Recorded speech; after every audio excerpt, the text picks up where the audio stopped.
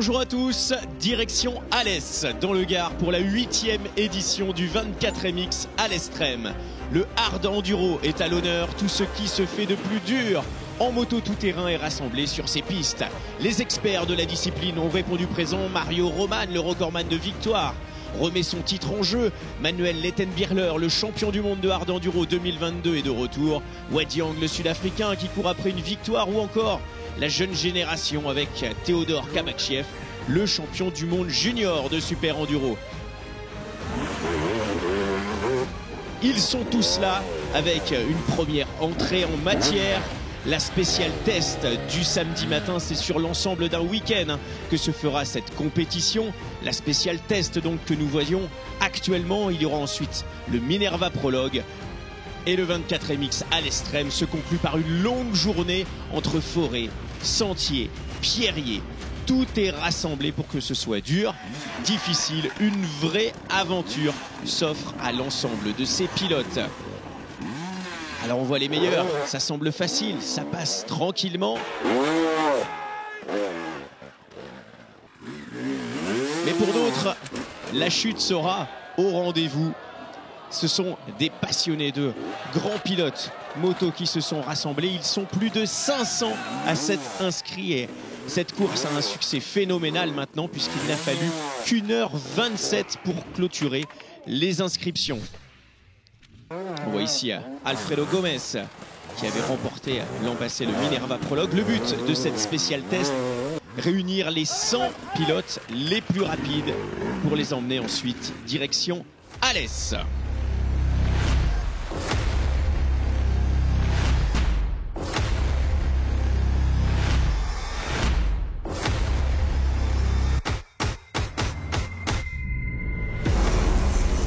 Alès, la capitale des Cévennes, donne donc le départ de ce 24MX Alès-Trem au pôle mécanique.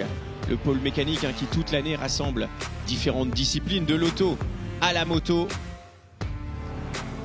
La spéciale test a donc lieu sur les coteaux de ce pôle mécanique d'Alès. Les 100 meilleurs ont été sélectionnés. Direction maintenant les berges du Gardon pour le Minerva Prologue. Le Minerva Prologue, c'est de l'endurocross, du super enduro. Les spécificités, un départ à la grille. On y rassemble toutes les difficultés que l'on retrouve généralement en milieu naturel, artificiellement sur une piste courte, en milieu urbain, avec le public qui a répondu une nouvelle fois au rendez-vous. La ville d'Alès était en effervescence pour ce 24MX Alès-Trem jusqu'au final en nocturne. Cette année, c'est le revenant Manuel Lettenbirler, le pilote allemand, qui s'est mis en avant. Le pilote KTM était le plus rapide. Et puis, l'info-choc de la soirée, la panne mécanique de Mario Roman, le champion en titre, qui va devoir revenir à pied au paddock et partira en deuxième ligne pour le 24MX Alès-Trem. C'est donc sans lui que cette finale s'est terminée. Il va laisser un avantage donc à ses adversaires directs. Victoire pour Manuel Lettenbirler devant Wadiang et Alfredo Gomez.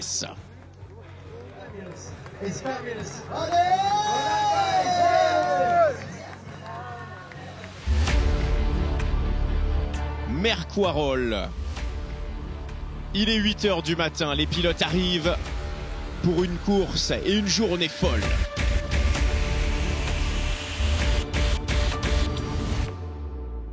L'hard enduro va emmener tous ces pilotes à travers les forêts des Cévennes. Par groupe de 10, ils seront lancés toutes les 2 minutes. Avantage donc aux 10 premiers du Minerva Prologue qui peuvent choisir leur ligne. La concentration est là, on le voit. Ici, on l'a vu avec Manuel Lettenbirler, avec Alfredo Gomez, avec le jeune Théodore Kamakchiev. Entre décontraction et concentration, le départ se met en place.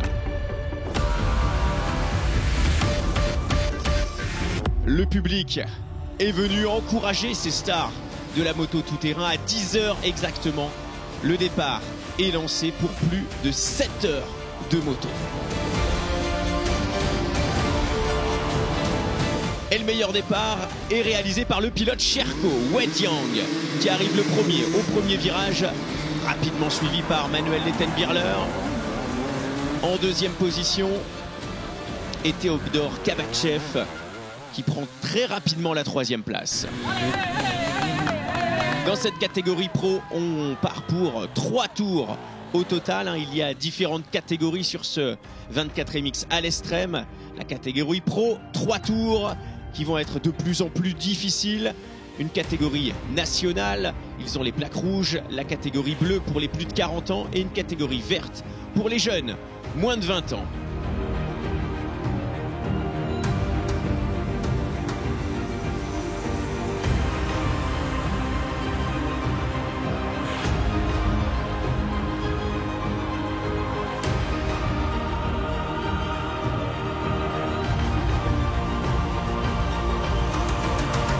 Ils se sont donc élancés 500 pilotes au total pour affronter des difficultés dures, difficiles, compliquées, techniques. Alors, il faut être de bons enduristes, de bons trialistes pour certains, avoir une bonne technique bien évidemment. Le premier tour est plutôt tranquille pour les experts et les habitués de la discipline, pour les amateurs également. Tout le monde réussira à aller au bout de ce premier tour, mais la particularité du 24 MX à l'Estrême, c'est d'augmenter la difficulté tour après tour. On le voit, pour certains, mais on se fait surprendre par les pierres, les aspérités d'une piste, la surface qui change mètre après mètre. Ce n'est pas de tout repos évidemment, mais c'est un défi, un challenge pour soi-même également. Beaucoup de pilotes le disent, ils se lancent dans cette aventure.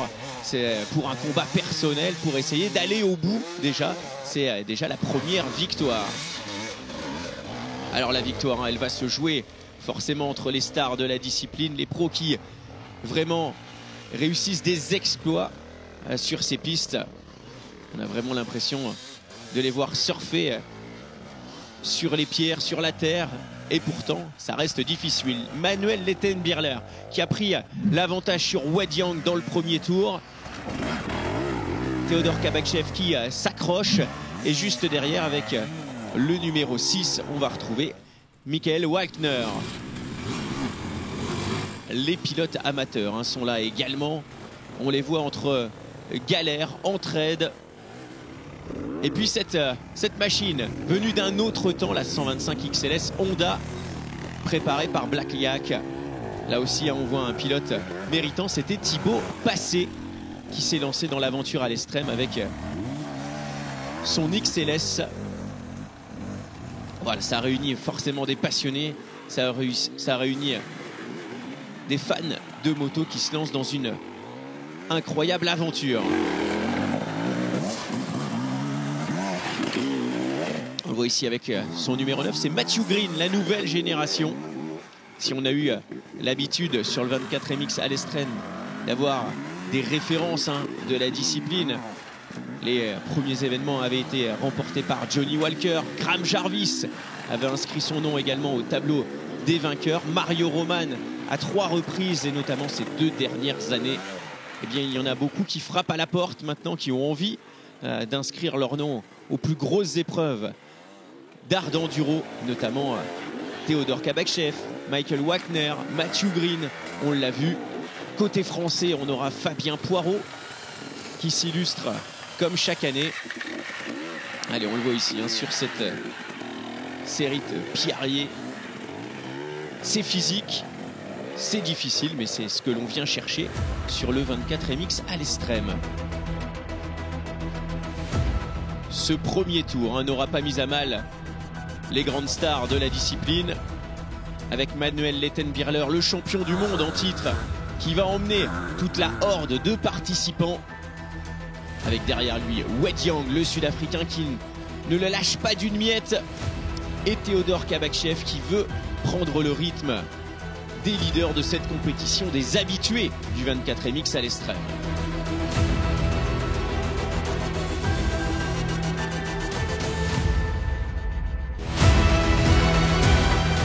Le premier passage au stand, puisque je vous l'ai dit, ce sera 3 tours au total.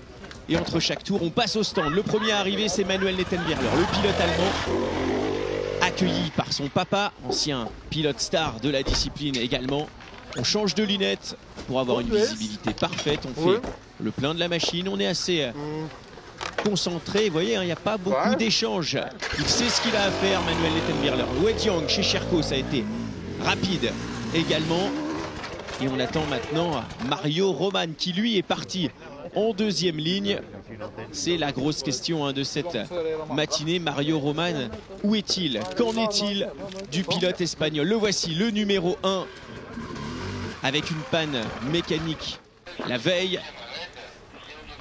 Il avait à ce moment-là entre 4 et 6 minutes de retard sur le groupe de tête. Il a perdu du temps dans ce premier tour. Alors les questions commençaient déjà à se poser.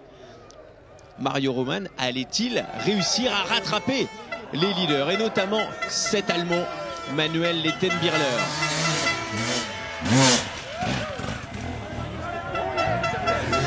Derrière lui, toujours la Sherco de Wei-Jiang et Theodor Kabatchev qui commençait à perdre un petit peu de terrain sur les leaders. L'arrivée au cœur de Mercoirol au niveau de l'aréna, avec ce passage qui réunit le public et les pilotes, un passage spectaculaire. Derrière, on continue de se battre avec le numéro 6, on l'a vu, Michael Walkner.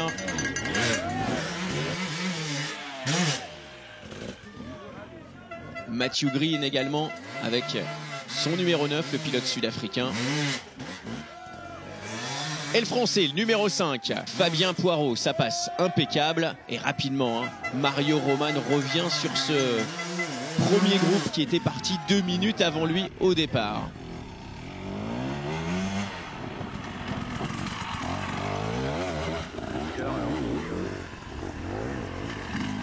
Toujours le pilote allemand aux avant-postes, Manuel Nettenbirler. Wei-Jiang qui le garde en visu. Et puis 3e place pour Sonny Gogia, le numéro 4, devant Theodor Kabatchev, le pilote bulgare. Michael Walkner ensuite avec sa Gaz. Il avait déjà participé à cette épreuve. Matthew Green, on l'a vu. Et puis Eddie Carlson, en parlant de nouvelle génération. Et en voici un, le Suédois, Eddie Carlson.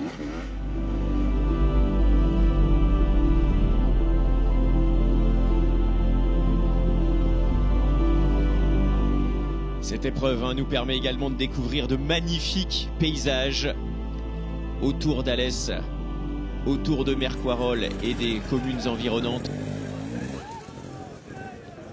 Tous les pilotes ont pu profiter au maximum, le public également.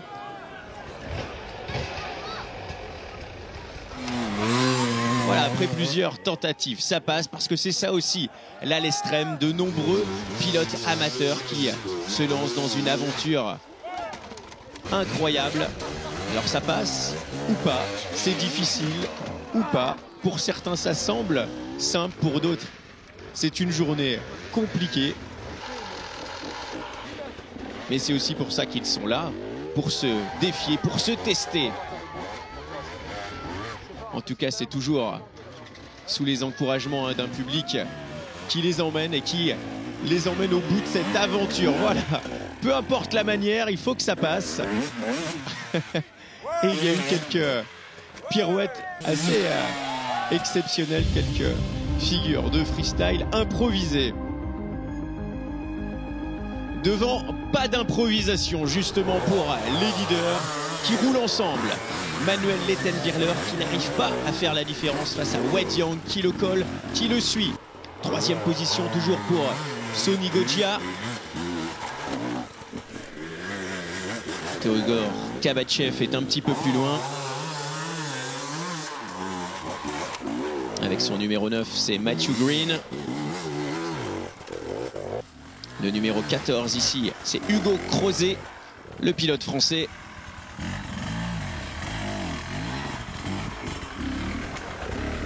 Un petit peu plus loin derrière, on va retrouver également Antoine Crick, que l'on voit ici.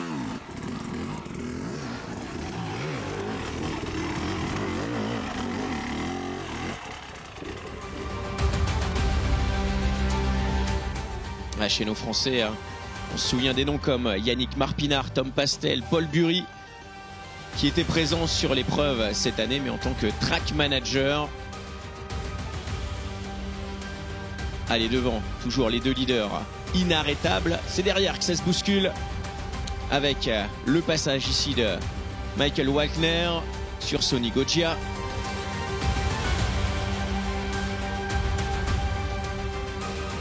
Et on se surveille, on essaie de comprendre les trajectoires prises par son adversaire, puisqu'on arrive dans des parties méconnues qui n'ont pas encore été roulées dans ce deuxième tour. Le deuxième tour de plus en plus dur, de plus en plus difficile, avant d'attaquer le passage final qui les emmènera dans des difficultés encore plus extrêmes.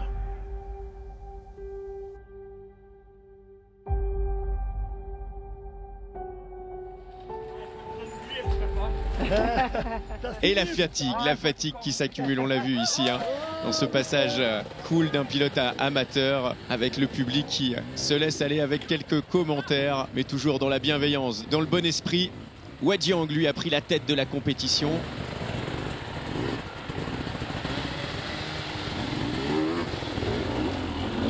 Manuel Lettenbirler le suit de près.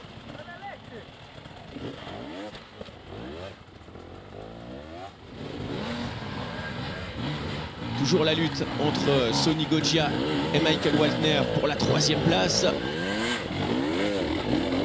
Il y a un vrai écart qui a été fait entre les deux leaders et le groupe de poursuivants. Ça va vite, ça va très vite, et pourtant il y a un vrai écart. Alors ici Sonny Goggia qui n'aura pas réussi à passer. Derrière on attend Michael Walkner qui reste patient.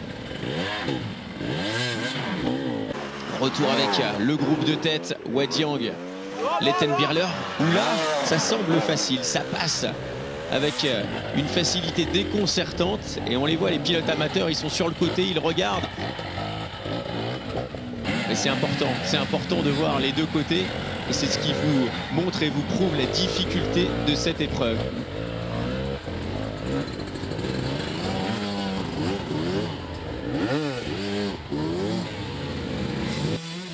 Ici Théodore Kabakchev, le pilote bulgare, qui a fait forte impression sur ce 24 MX à l'extrême.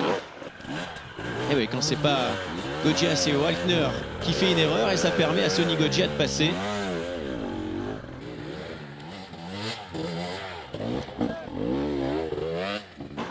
Le voici, Théodore Kabakchev, le pilote bulgare, et le français Fabien Poirot, le premier français de la compétition. Attention, il se fait rattraper maintenant par Mario Roman, on l'a vu.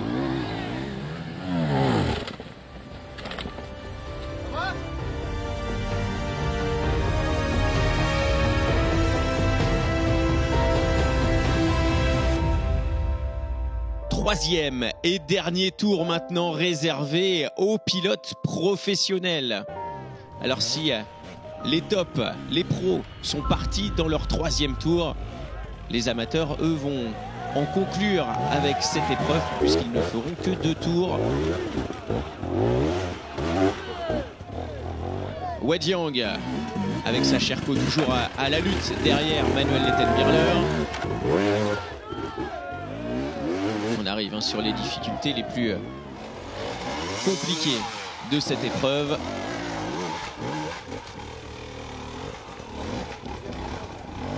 Ce sont des pilotes qui ont un énorme entraînement, et on le voit même dans la difficulté, ils ne s'affolent pas. Alors ce qu'il faut comprendre, c'est que là on en arrive à peu près 4, 5 heures de moto. Il y a la fatigue qui s'accumule, même s'ils sont entraînés, surentraînés pour cette discipline. Eh bien, la fatigue arrivant, on fait quelques erreurs.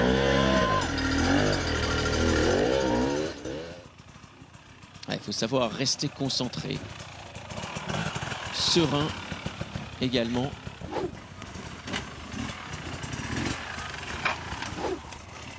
Voilà, on a un court résumé des passages de ces pilotes.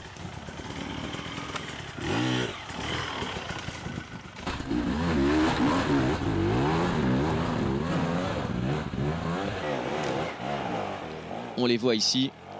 arriver dans ce troisième tour. Et on se regarde, hein. Regardez Manuel Lettenbirler qui jette un coup d'œil pour savoir si ça passe aussi bien derrière. Et oui, puisque Wade Young, le Sud-Africain, est toujours aussi rapide. Alors dans la difficulté lui aussi, hein, parce que c'est vrai que plus les pilotes vont passer, plus il y aura d'ornières, plus ça va se creuser.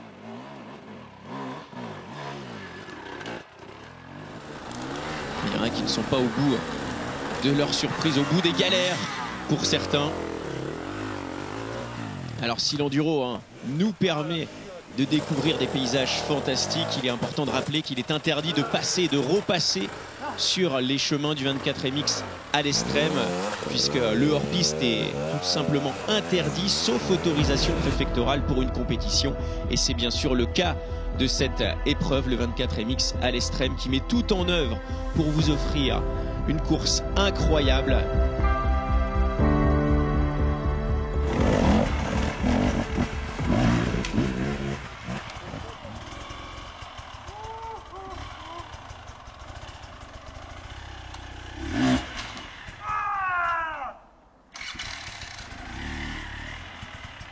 Michael Walkner, le pilote autrichien, avec la gaz-gaz, voilà, avec beaucoup de dextérité. Vous voyez, on pose le pied sur la pierre la plus haute et on y va par étapes.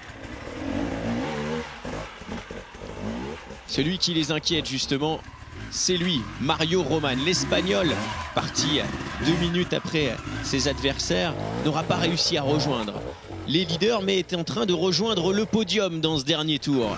C'est lui qu'il faut surveiller. Mario Roman, le tenant du titre, le vainqueur des 2 dernières éditions, qui aura connu lui aussi son lot de galères, avec notamment la casse mécanique lors du Minerva Prologue, ce qui l'aura relégué en 2e ligne et va lui donner quelques difficultés, du fil à retordre dans cette épreuve du 24 MX à l'extrême. En tout cas, c'est dans ce dernier tour que les différences vont se creuser, que les différences vont se faire. Si devant il reste uni, et ça c'est quand même exceptionnel, Manuel Lettenbirler et Wade Young, derrière personne n'aura pu les suivre. Alors on se regarde, on s'inspecte. À qui va faire l'erreur? À qui va profiter ce 3e tour? Et on les attend, hein, justement, au niveau du paddock, au niveau de l'aréna. Et ce que l'on attend, ce sont les pilotes de la catégorie amateur. Pour arriver au niveau de l'Arche Minerva, il fallait tout donner. Eh bien, les voici, les pilotes amateurs arrivés pour leur 2e tour. Ils auront leur médaille, les finishers bien méritants. Et on va donner justement le classement de ces pilotes en catégorie rouge nationale. C'est Rémi Roveri qui s'est imposé devant Tony Sanchez et Alexandre Audrery. Chez les juniors, les moins de 20 ans, Alexandre Joubert s'impose devant Noah Massardier et Andrea Monnier. Pour les vétérans, victoire d'Albert Garcia. Pour les plus de 40 ans, chez les pros, il va falloir attendre ce 3e tour.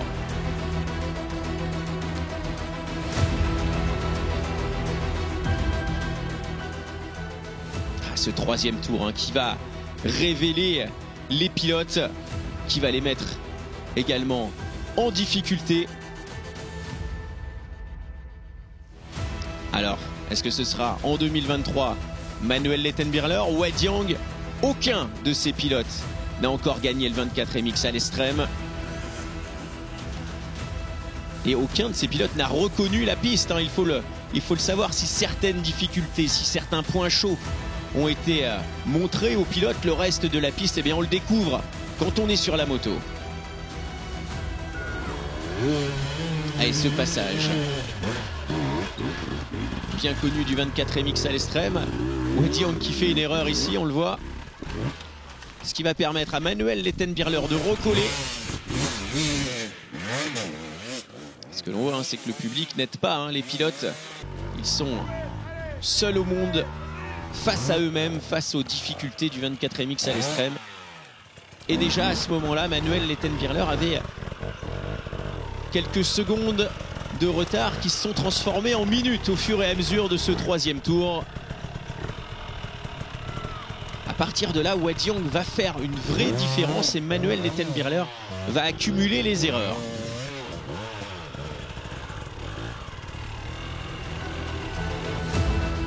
Mario Roman, avec le numéro 1 que l'on voit ici, va lui doubler 1 à 1 ses adversaires. Quand on dit que le troisième tour est révélateur, eh bien, le champion en titre se révèle, bien évidemment, et revient sur l'ensemble de ses concurrents pour aller chercher une place sur le podium. Avec son numéro 2, l'Arieju, c'est Alfredo Gomez qui va remonter en 6e position. Et retour avec la tête de course, Wade Young. Sherco, c'est également une marque française. Il joue comme local de l'étape puisque l'usine est située à Nîmes, tout près d'Alès. Donc toute l'usine a pu venir découvrir ce qu'ils font habituellement toute l'année. En vrai, en compétition avec leurs pilotes, c'était des moments très sympas de partage. Avec en plus leur pilote aux avant-postes, Wade Young, le pilote sud-africain qui habite une partie de l'année en France pour l'entraînement et pour être au contact de l'usine.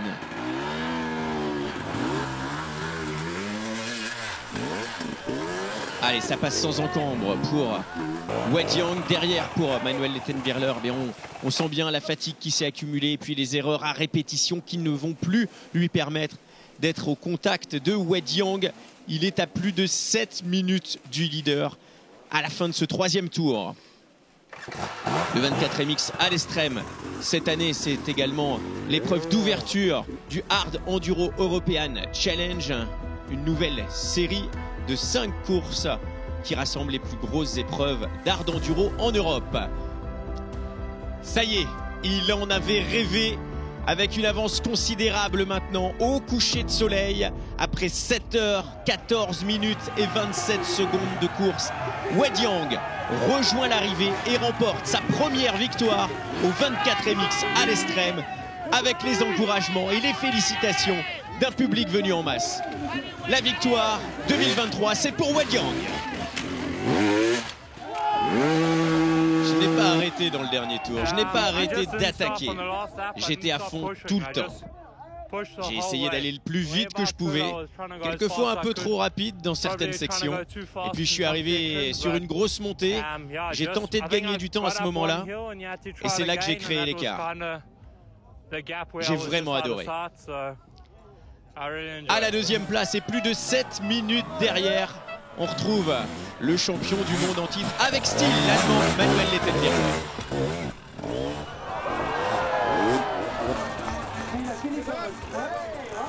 C'était une bonne course. C'était aussi une super ambiance dans la forêt. Le circuit était plutôt difficile, mais à chaque fois, dans la difficulté ou dans des montées compliquées, il y avait toujours quelqu'un pour nous encourager. C'était vraiment cool. J'ai fait une belle bataille avec Wade Young. Il roulait vraiment bien aujourd'hui, donc un grand bravo à lui. Et puis troisième, il réussit à monter sur le podium, c'est Mario Roman. J'étais vraiment loin derrière. Et Wade et Letty ont vraiment attaqué fort. C'est sûr, je suis très content pour Wade d'avoir la victoire. C'est fantastique, après plusieurs tentatives en plus. Finalement, il l'a eu. Une chose est sûre, nous reviendrons l'année prochaine pour gagner une nouvelle fois. Quatrième et dernier finisher chez les pros, Théodore Kabakchiev.